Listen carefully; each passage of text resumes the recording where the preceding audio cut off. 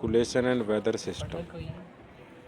मतलब पृथ्वी पर ये जो हवा चल रही है ये किस कारण से चल रही है, इसकी कम ज़्यादा स्पीड होने का क्या कारण है, इसकी उत्पत्ति कैसे होती है और इसकी अलग अलग दिशा होने का क्या कारण है, क्यों तूफान आते हैं, क्यों कहीं पे वायु दाब कम होता है कोई ज़्यादा होता है, इसके पीछे फैक्टर क्या है, और साथ में वेदर जो कंडीशंस हैं इसकी वेदर सिस्टम कि सर्दी गर्मी बरसात ऐसा क्यों होता है, एक जैसा टेम्परेचर हर जगह क्यों नहीं होता। बहुत सारे ऐसे कारण हैं जो हम समझेंगे। पृथ्वी की सतह पर तापमान का असमान वितरण वायुमंडलीय दाब में अंतर उत्पन्न करता है। पहले भी बताया था फिर बता रहा हूँ, यदि कहीं पे टेम्परेचर ज़्यादा है वो वायु आकाश में जाएगी और वहाँ पर वायु दाब कम हो जाएगा। उस जगह पर कम टेम्परेचर वाले स्थान से जहाँ पर वायु दाब ज़्यादा होता है वो वायु आती है। तो हमेशा वायु उच्च वायु दाब से निम्न वायु दाब की तरफ गति करती है। गर्म होने पर वायु फैलती है और हल्की हो जाती है, जबकि ठंडी होने पर सिकुड़कर भारी हो जाती है। दाब के इन अंतरों के कारण वायु उच्च दाब से निम्न दाब की ओर बहती है, जिसे पवन कहते हैं। वायुमंडलीय परिसंचरण पृथ्वी पर ऊष्मा और नमी के पुनर्वितरण में महत्वपूर्ण भूमिका निभाता है। मतलब हवाओं के चलने से क्या होता है कि ये जो हीट है पृथ्वी की ये पूरे पृथ्वी पर बराबर होने की कोशिश करती है, और नमी का मतलब ह्यूमिडिटी उमस या पानी जलवाष्प ये भी पूरे विश्व में बराबर फैलने की कोशिश करता है। जैसे एक कप में चाय है तो उस चाय को तुमने रख दिया, सर्दी का मौसम है तो वो जो मौसम है वो ठंड है बाहर की, वो उस चाय को अपने बराबर करना चाहता है। ऐसे हवाएं क्या करती हैं, किसी जगह पे मान लो टेम्परेचर कम है तो वहाँ से ठंडी होकर चलेंगी और उस जगह जाएंगे जहाँ टेम्परेचर ज़्यादा है। तो ऐसा करने से इस पूरे पृथ्वी का टेम्परेचर लगभग बराबर रहता है। लेकिन कारण और भी हैं। उत्तरी ध्रुव और दक्षिणी ध्रुव पे सूर्य की रेखाएं तिरछी पड़ती हैं, इस कारण से बर्फ जमी रहती है। 6 महीने रात 6 महीने दिन होता है। विषुवत रेखा इक्वेटर रेखा या भूमध्य रेखा के ऊपर सूर्य की किरणें सीधी पड़ती हैं, इस कारण से ज़्यादा गर्मी ज़्यादा बरसात ज़्यादा जंगल ज़्यादा जंगली जानवर होते हैं, ज़्यादा ह्यूमिडिटी होती है, ज़्यादा उमस होती है। वायुमंडल उसके बाद ऊपर उठती आर्द्र वायु ठंडी होकर संघनित होती है, जिससे बादल और वर्षा होती है। यह अध्याय दाब के कारण वायु परिसंचरण को नियंत्रित करने वाली शक्तियाँ, वायु राशियाँ, मौसम विभागों, विक्षोभ और उष्णकटिबंधीय तूफानों की व्याख्या करता है। कि वायु दाब का कारण क्या है ये बताता है, और वायु दाब का कारण ये है वह कोई भी चीज़ है संसार में यदि वो इकट्ठी होगी तो दाब डालेगी। तो हमारे सिर के ऊपर क्या है, हवाई हवा है कई किलोमीटर तक, तो वो दाब डाल रही है, लेकिन वो महसूस इसलिए नहीं होता क्योंकि वो चारों तरफ से पड़ता है तो बराबर हो जाता है। वायु परिसंचरण को नियंत्रित करने वाली शक्तियाँ, कि हवा को नियंत्रित कौन करता है, क्यों डायरेक्शन एक खास दिशा में बहती है कोई हवा, अलग अलग दिशाएं क्यों नहीं लेती हो। वायु राशियाँ, मौसम विक्षोभ, ये तूफानों वगैरह की बात करते हैं। वायुमंडलीय दाब वह भार है जो समुद्र तल से वायुमंडल की ऊपरी सीमा तक स्थित वायु स्तंभ किसी इकाई क्षेत्र पर डालता है।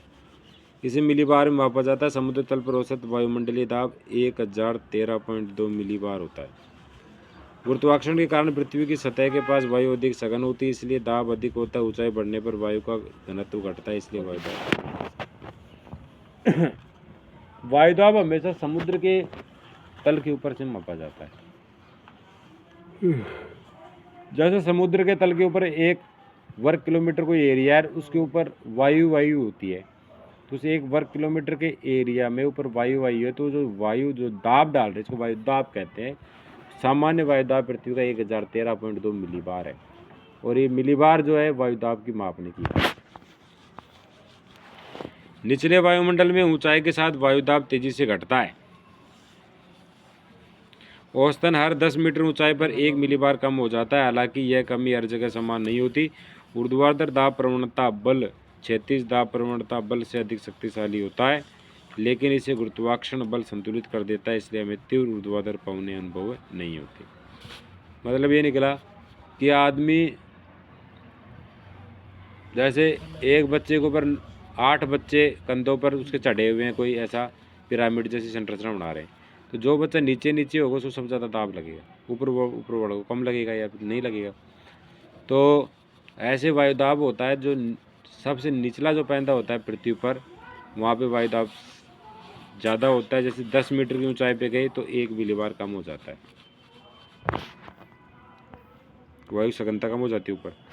दाब में छोटे अंतर भी पवन की दिशा और गति में बड़ी परिवर्तन ला सकते हैं। क्षैतिज दाब वितरण का अध्ययन समदाब रेखाओं आइसोबार द्वारा किया जाता है, तो समान दाब वाले स्थानों को जोड़ती है। एक यहाँ पे कोई स्थान है इस गांव में, एक 10 किलोमीटर दूर दूसरा गांव है, दोनों में यदि वायुमंडल दाब समान है ना तो उनको आइसोबार बोलेंगे, समदाब। ऊंचाई के प्रभाव को हटाने के लिए दाब को समुद्र तल पर समायोजित किया जाता है। निम्न दाब प्रणाली में केंद्र पर सबसे कम दाब होता है, उच्च दाब प्रणाली में केंद्र पर सबसे ज्यादा दाब पाया जाता है।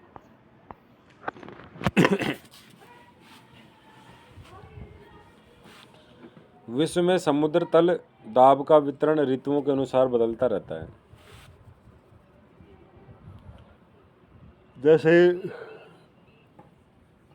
गर्मियों का मौसम है तो वह चारों तरफ गर्मियाँ पड़ रही, सारी जो हवा है गर्मों के ऊपर उठ जाएगी तो वायुदाब कम हो जाएगा। सर्दियों के मौसम में क्या होता है, गर्मी कम पड़ती है, इसलिए ये सिकुड़ जाती हैं हवाएं और ये वायुदाब बढ़ा देती हैं। भूमध्य रेखा के पास निम्न दाब पाया जाता है, जिसे भूमध्य निम्न दाब कहते हैं। 30 डिग्री उत्तर और दक्षिण अक्षांश पर उपोष्ण कटिबंधीय उच्च दाब पेटियाँ पाई जाती हैं। 60 डिग्री अक्षांश पर ध्रुवीय निम्न दाब पट्टियाँ पाई जाती हैं। ध्रुवों के पास उच्च दाब पाया जाता है। सूर्य की आभासी गति के साथ ये पट्टियाँ उत्तर दक्षिण खिसकती रहती हैं।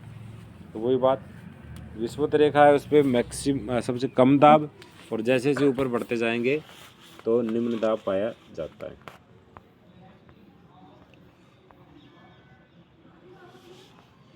वायुदाब के अंतर से उत्पन्न बल को दाब प्रवणता कहते हैं। दूरी के साथ दाब में परिवर्तन की दर इसकी तीव्रता निर्धारित करती है। जहाँ समदाब रेखाएं पास पास होती हैं वहाँ दाब प्रवणता अधिक होता है और पवनें तेज चलती हैं। जहाँ समदाब रेखाएं दूर दूर होती हैं पवन की गति कम होती है। मतलब दो स्थानों पर वायुदाब में अंतर है, पास पास में हुआ तो तेज गति से तूफान आएगा, दूर दूर हुआ तो धीरे गति से पवनें चलेंगी। घर्षण बल पवन की गति को प्रभावित करता है और यह पृथ्वी की सतह के पास सबसे अधिक होता है। इसका प्रभाव सामान्यतः 1 से 3 किलोमीटर की ऊंचाई तक रहता है। समुद्र की सतह पर घर्षण कम होता है, इसलिए पवन भूमि की तुलना में अधिक तेजी से चलती है। मतलब ये निकला कि कोई चीज़ किसी के भी रगड़ खाती है, सरकती उस चीज़ के ऊपर, तो गति अपने आप कम हो जाएगी। जैसे गाड़ी में ब्रेक लगाते हैं तो होता है क्या है, एक पहिया बिल्कुल फ्री है, लेकिन जैसे ब्रेक लगाते हैं तो उसके ऊपर क्या है, ब्रेक के जो गुटके होते हैं वो उसको पर रगड़ते गाड़ी रुक जाती है। ऐसे ही हमारे जो जूते होते हैं तो उनके अंदर नुकीले से लगे रहते हैं ताकि ये रगड़ खाएं और आदमी फिसले नहीं। तो हवा जो चल रही है पृथ्वी के धरातल के टकरा टकरा के चल रही है, तो हम कह सकते हैं कि इस टकराने से क्या होता है, वायुदाब कम हो जाता है। कोरोलिसिस बल पृथ्वी के घूर्णन के कारण उत्पन्न होता है। पृथ्वी घूमती है अपने अक्ष पर, इस कारण से कोरोलिसिस बल काम करता है। यह उत्तरी गोलार्ध में पवन को दाईं ओर और दक्षिणी गोलार्ध में बाईं ओर मोड़ देती है। यह बल ध्रुवों पर अधिकतम और भूमध्य रेखा पर शून्य होता है। यह दाब प्रवणता बल के लंबवत कार्य करता है।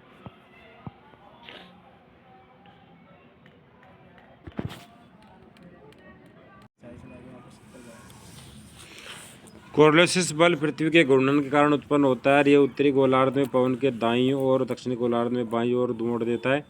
यह बल ध्रुवों पर अधिकतम और भूमध्य रेखा पर शून्य होता है। यह दाब प्रवणता बल के लंबवत कार्य करता है। निम्न दाब क्षेत्र के चारों ओर पवन परिसंचरण को चक्रवाती परिसंचरण कहते हैं। क्योंकि उच्च दाब क्षेत्र के चारों ओर परिसंचरण को प्रति चक्रवाती परिसंचरण कहते हैं। उत्तरी गोलार्ध में चक्रवाती पवनें वामावर्त और दक्षिणी गोलार्ध में दक्षिणावर्त चलती है, क्लॉकवाइज और एंटी क्लॉकवाइज। वायुमंडल का सामान्य परिसंचरण अक्षांशीय ताप अंतर, दो जगह टेम्परेचर में फर्क होता है, इस कारण से वायु ताप अलग अलग होता है। दाब पट्टियाँ, पृथ्वी का घूर्णन रिवोल्यूशन, स्थल जल वितरण, कितनी जगह महासागर कितनी जगह महाद्वीप है ये। प्रत्येक गोलार्ध में 3 प्रमुख कोशिकाएं कार्य करती हैं, हेडली कोशिका, फेरल कोशिका और ध्रुवीय कोशिका। ये कोशिकाएं भूमध्य क्षेत्रों से ध्रुवों तक ऊष्मा के स्थानांतरण में सहायता करती हैं।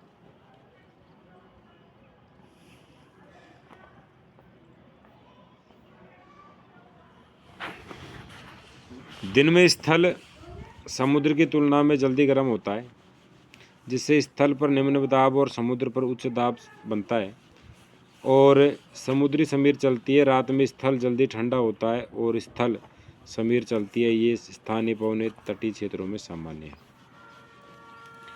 वायु राशि एक विशाल वायु पिंड होता है जिसमें तापमान और आर्द्रता समान होती है। जब दो भिन्न वायु राशियाँ मिलती है तो अग्र बनता है। इस अग्र 4 प्रकार के होते हैं, शीत, उष्ण, स्थिर और अवरुद्ध। ये अचानक मौसम परिवर्तन के लिए उत्तरदायी होते हैं।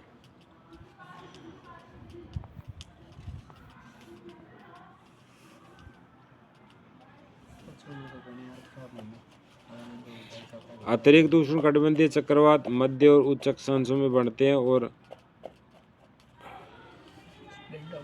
अग्रों से जुड़े रहते हैं।